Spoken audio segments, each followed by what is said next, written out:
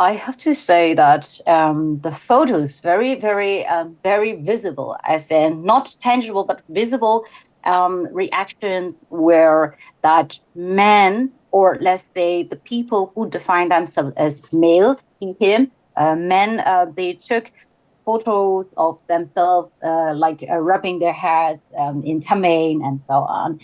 But this is a symbol. This is just a symbol. If you do not do anything in your everyday life for the women, for the girls, in your community, in your environment, it doesn't mean anything.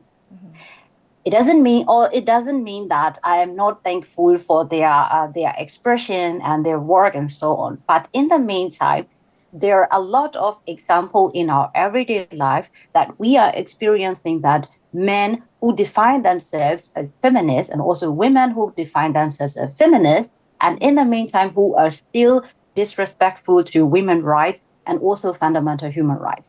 So if this is not only about showing pictures and writing posts on Facebook, it is about changing your mindset. It is about unlearning patriarchy, which you have learned since you were a child in the society. So this is about the unlearning process. Patriarchy is the source of kind of, let's say, not all kind, but almost every kind of power, misuse of power.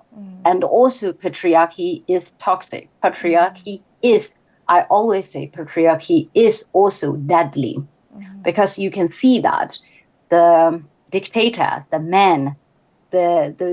men who oppress their own population, own citizens, they have this patriarchy as their source of power, and it can be deadly. So this is very first thing. And the second thing is gender. I always say that gender specific power abuse.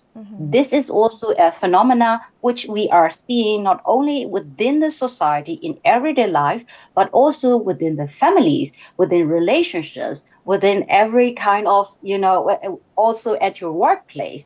So this is how patriarchy is rooted inside the society.